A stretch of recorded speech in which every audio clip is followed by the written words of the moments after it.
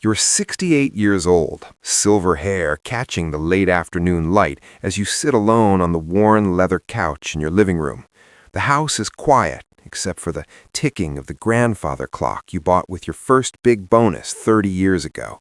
Your wife, God rest her soul, passed 5 years back. The kids are grown, scattered across cities you barely visit anymore.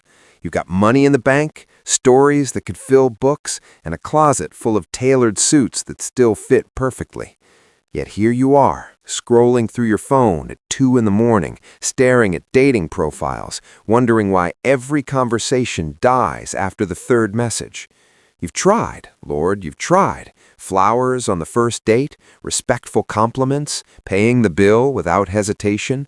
You treat women like the queens your mother taught you they were. But something's missing. They smile, they laugh at your jokes, they even lean in a little closer when you talk about your glory days in the boardroom. And then they ghost you. Or worse, they stay polite, but you can feel the door slamming shut behind their eyes. What if I told you that every single woman walking this earth has exactly 3 entrances? Not the kind you're thinking of right now, not the physical ones that younger men obsess over in locker room talk. These are deeper, hidden, psychological doorways that most senior men walk right past without even noticing they exist. And the moment you learn to knock on all 3, in the right order with the right key, everything changes. The ghosting stops, the polite distance vanishes. Women don't just notice you, they can't stop thinking about you. This is the story of Richard Thompson, a man exactly like you. And by the time you hear how his life flipped upside down, you'll be sitting on the edge of your seat, heart racing, because you'll finally understand why the women in your life have been slipping away and exactly how to pull them back in, closer than they've ever been. Richard was the guy everyone called The Rock, 67, retired CEO of a mid-sized manufacturing firm in Chicago, widower, father of 3, grandfather of 5. He had the firm handshake, the steady voice, the stories that made younger men lean in and listen. After 2 years of loneliness that felt like a slow suffocation, he decided it was time. He joined a high-end dating site for mature professionals. His profile was honest, successful, stable, old-fashioned values. First date with Linda, 59, elegant real estate broker. Dinner at the best steakhouse in town, he pulled out her chair, asked about her children, shared a funny story about his first big deal in the 80s. She laughed. She touched his arm twice. He thought, this is it. 3 days later, she sent the text, "You're a wonderful man, Richard. I just don't feel the spark." He stared at the screen until the letters blurred. Spark? He had given her everything he knew how to give. That night, he couldn't sleep. He drove downtown at 1 a.m., parked outside an all-night diner and ordered black coffee he didn't even want. And that's where he met Elena. She was sitting 2 stools away, early 60s, sharp green eyes, silver hair cut in a sleek bob, reading an old paperback on psychology. She noticed him staring at his phone with that defeated look men get when they've just been politely rejected. "Bad date?" she asked, voice warm but direct. Richard chuckled, embarrassed. "That obvious?" Elena closed her book. "I've seen that face 1,000 times. Senior men wear it like a uniform. Let me guess. She said you were wonderful, but no spark." He blinked. How the hell did she know? She smiled, the kind of smile that said she'd already read the last page of his story. Most men your age miss the 3 entrances. They hammer on the wrong door their whole lives and wonder why it never opens. Want to hear the truth that could save the next 40 dates? Richard laughed it off at first, some stranger in a diner giving relationship advice.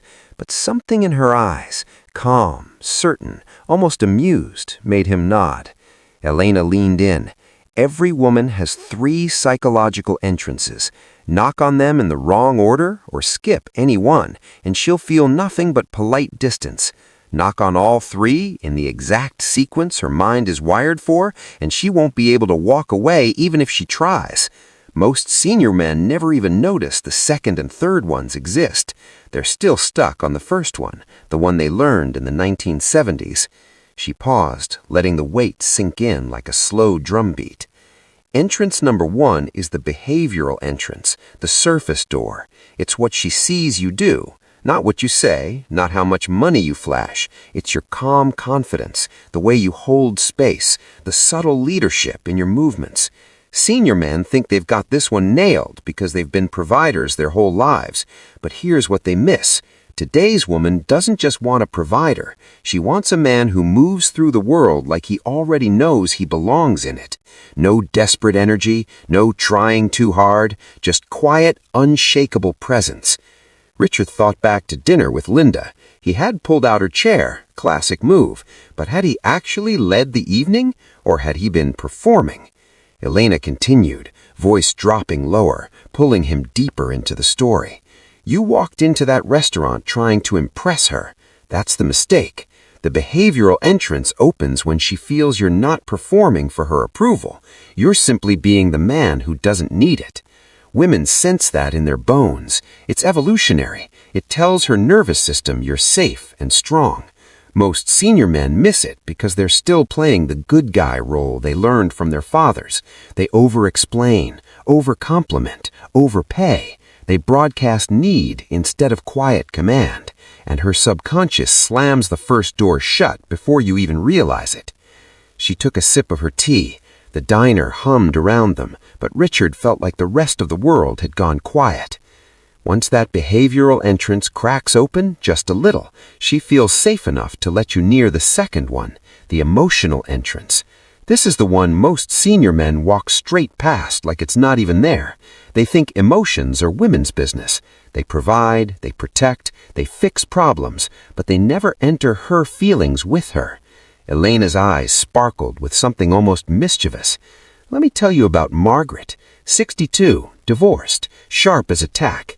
She met a man just like you, successful, kind, steady. On their third date, he spent 20 minutes telling her how he'd fixed her financial worries if they got serious. She smiled, nodded, and never called him again. Why? Because he never once asked how she felt about being single again after 30 years of marriage. He never sat in the discomfort with her. He tried to fix it instead of feeling it beside her. Richard felt a cold wave wash over him. He had done exactly the same thing with Linda, jumped to solutions when she mentioned her empty nest. Elena leaned closer. The emotional entrance opens when you stop solving and start feeling with her. Not pity, not advice, just presence. You say, that must have been incredibly lonely, and you mean it. You let the silence sit. You don't rush to fill it with your own stories. Women are wired to bond through shared emotional states. When you enter that space with her, without trying to drag her out, she feels seen in a way she hasn't since she was young. That's the spark senior men keep missing. They think vulnerability is weakness. For her, it's the key that turns the second lock. Richard's coffee had gone cold. He didn't care. He was leaning in now, hanging on every word like a man who'd just discovered fire. Elena's voice grew softer, almost reverent. But the third entrance, that's the one that separates the men who get polite smiles from the men women can't forget. The intellectual entrance, the mind door. Most senior men never even knock. They assume that after a certain age, women just want security and companionship. They forget that every woman, yes, even the 60-year-old grandmother, still has a vibrant, curious, hungry mind that wants to be challenged, respected, ignited. She paused, letting the weight settle in. Think about it. She's lived a full life, raised kids, built a career, survived heartbreaks, watched the world change around her. She doesn't want to be talked at. She wants to be talked with, as an equal whose opinions still matter. The intellectual entrance opens when you share ideas, ask her deep questions, debate without needing to win, and show her that your mind is still growing. Not facts about stocks or sports, real ideas, philosophy, life, the future, her dreams she never got to chase. When you step through that door, she feels alive again, not just safe or understood, stimulated. That's the combination lock. Behavioral safety plus emotional presence plus intellectual fire. She doesn't just like you, she becomes obsessed with the version of herself she is when she's with you. Richard sat back, stunned. The diner lights suddenly felt brighter. So all this time I've been knocking on the wrong doors? Elena laughed softly. Most men your age are still standing outside the first one, banging on it with flowers and dinner bills, wondering why it won't budge. They never realize there are two more hidden behind it. And the crazy part, once you learn to open all three, in that order, the woman doesn't just open, she invites you in and never wants you to leave. She slid a napkin across the counter. On it, she'd written 3 simple words: behavioral, Emotional, intellectual. Practice them exactly in that sequence. Start with presence, move to feeling, finish with mind. Watch what happens. Richard drove home that night with the napkin in his pocket like a treasure map. The next morning, he didn't text Linda an apology or another dinner invitation. Instead, he thought about the behavioral entrance. He went for a walk in the park, shoulders back, no phone in his hand, just moving through the world like he belonged there. He noticed women glancing at him, real glances, not polite ones. Something had shifted already. 2 weeks later, he met Sophia at a charity gala. 61, widow, former college professor. Instead of launching into his resume, he simply held space, calm, unhurried, listening more than speaking. When she mentioned her late husband, he didn't offer solutions. He said, "That kind of loss must have reshaped every single day for you." And he let the silence breathe. Her eyes softened in a way he'd never seen before. By the 3rd date, he stepped through the intellectual entrance. Over wine on her balcony, he asked her about the book she was writing on women's history in the workplace, something she'd put aside for years. He didn't just listen, he challenged her gently, shared his own thoughts on legacy and change, asked what she still wanted to prove to the world. Her face lit up like a girl's. She talked for 40 minutes straight, leaning forward, eyes shining. That night, as he walked her to her door, she kissed him. Not the polite peck he was used to, but the kind of kiss that said she'd been waiting for this exact man her whole life. Richard called Elena months later, voice cracking with gratitude. He was engaged. Sophia had told him, tears in her eyes, "I've never felt so completely seen by anyone." Elena just laughed. "You finally knocked on all 3 doors, Richard. Most senior men spend their entire lives outside the house, wondering why the lights are on, but nobody answers. Now listen, this isn't just Richard's story. It's yours if you want it to be.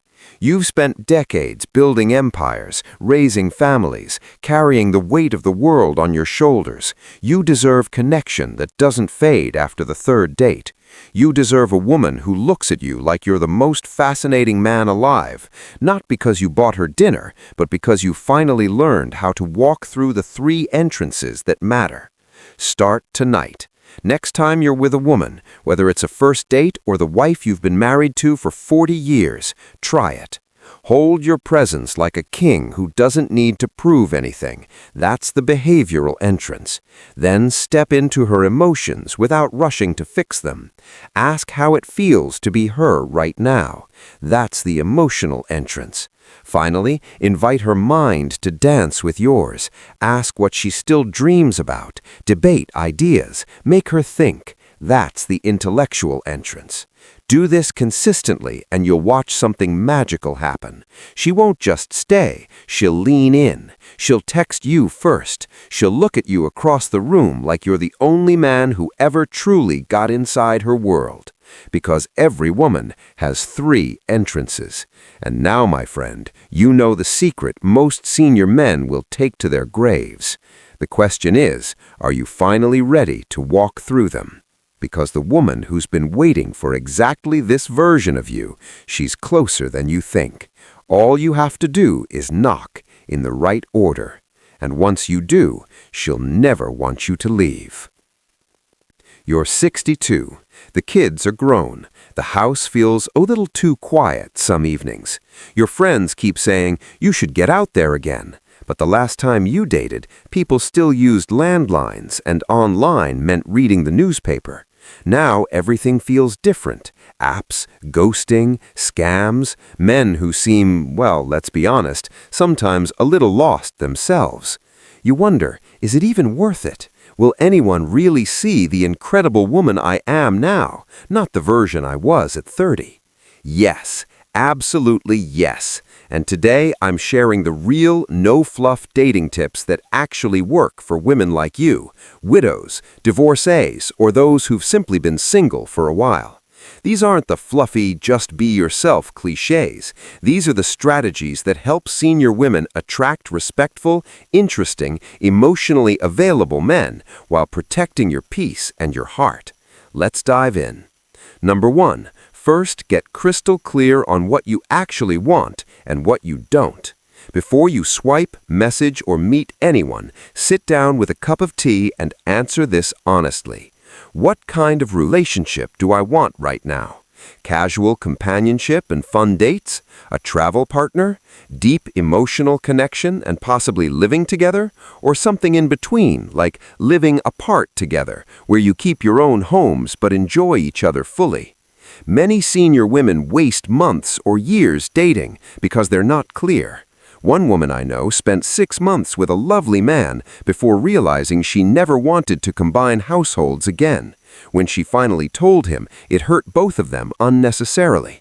Write your non-negotiables and your nice-to-haves.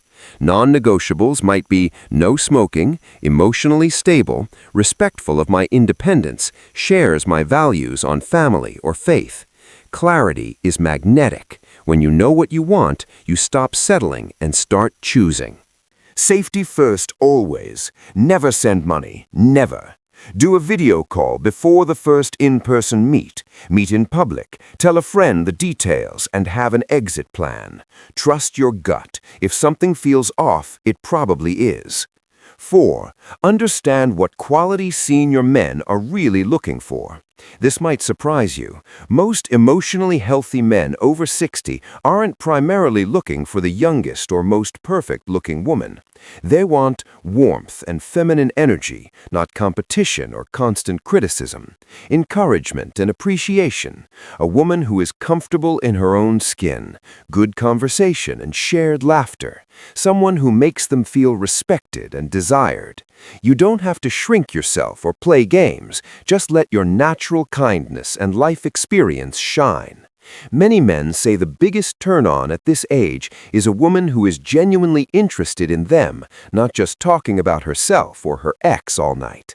5. On first dates, keep it light, short, and fun. Forget long, awkward dinners on date 1. Best first date ideas for seniors: coffee or tea in the afternoon, a short walk in a pretty park, visiting a museum or garden, lunch instead of dinner. Why? It's easy to end gracefully if there's no spark, and low pressure means you can actually enjoy getting to know each other. Do's: smile warmly and make eye contact. Ask open questions. What's something you're really looking forward to this year? Or what's one of the best trips you've ever taken? Be upbeat and present.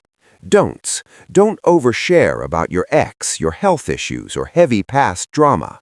Don't drink too much, it clouds judgment. Don't interview him like a job candidate. Keep the first few dates under 90 minutes. You can always extend if it's going wonderfully. 6. Let him lead, at least a little, while staying in your power.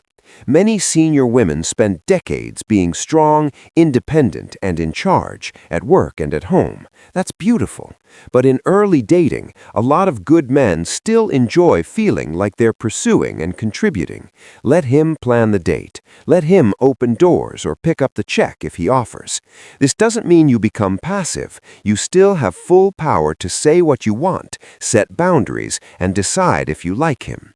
The sweet spot is feminine confidence, warm, receptive, and clear about your standards. Watch for red flags and green flags. Red flags to run from. He talks only about himself, pushes for money or moves too fast physically or emotionally, badmouths all his exes, won't meet in public or do video calls. Green flags. He asks about your life and actually listens. He has friends, hobbies, and a generally positive outlook. He respects your time and independence. He makes you feel safe and valued. Sex, intimacy, and taking it slow. There's no rush. Many senior women enjoy companionship and affection long before physical intimacy. That's perfectly normal and wise. If and when you decide to be intimate, communicate openly about what feels good. Bodies change, and that's okay. Use protection. STIs don't care about age. Make sure you feel emotionally safe first. Some of the best relationships at this stage grow from friendship and emotional connection first. The physical part often gets better when trust is already there. 9. Deal with the emotions that come up. Guilt, especially if you're widowed. Loneliness spikes. Fear of rejection. Comparing every man to your late husband or ex. All of these are normal. Give yourself permission to feel them without letting them drive the bus. Talk to a therapist or a supportive friend if the emotions feel heavy. Remember, wanting companionship again doesn't erase your past love. It honors that you're still alive and capable of joy. 10. The most important tip of all. You are the prize. You have wisdom, stories, resilience, and a heart that has loved deeply. That is incredibly valuable. Don't shrink. Don't settle. Don't apologize for knowing what you want. The right man won't be intimidated by your strength or your past. He'll be inspired by it. Date with an open heart but strong boundaries. Have fun. Laugh a lot. And if it doesn't work with one person, it's not failure. It's practice and information. You've already lived a full chapter. This next one can be lighter, sweeter, and filled with connection on your terms. So here's my final question for you. What's one small step you're willing to take this week toward opening the door to new possibilities? Update your profile, join a local group, simply smile and make eye contact with someone new. Drop it in the comments. I read every single one and love cheering you on. If this video helped, hit like, subscribe, and share it with a friend who needs to hear she's not too late for love. You've got this, beautiful. The best is still ahead.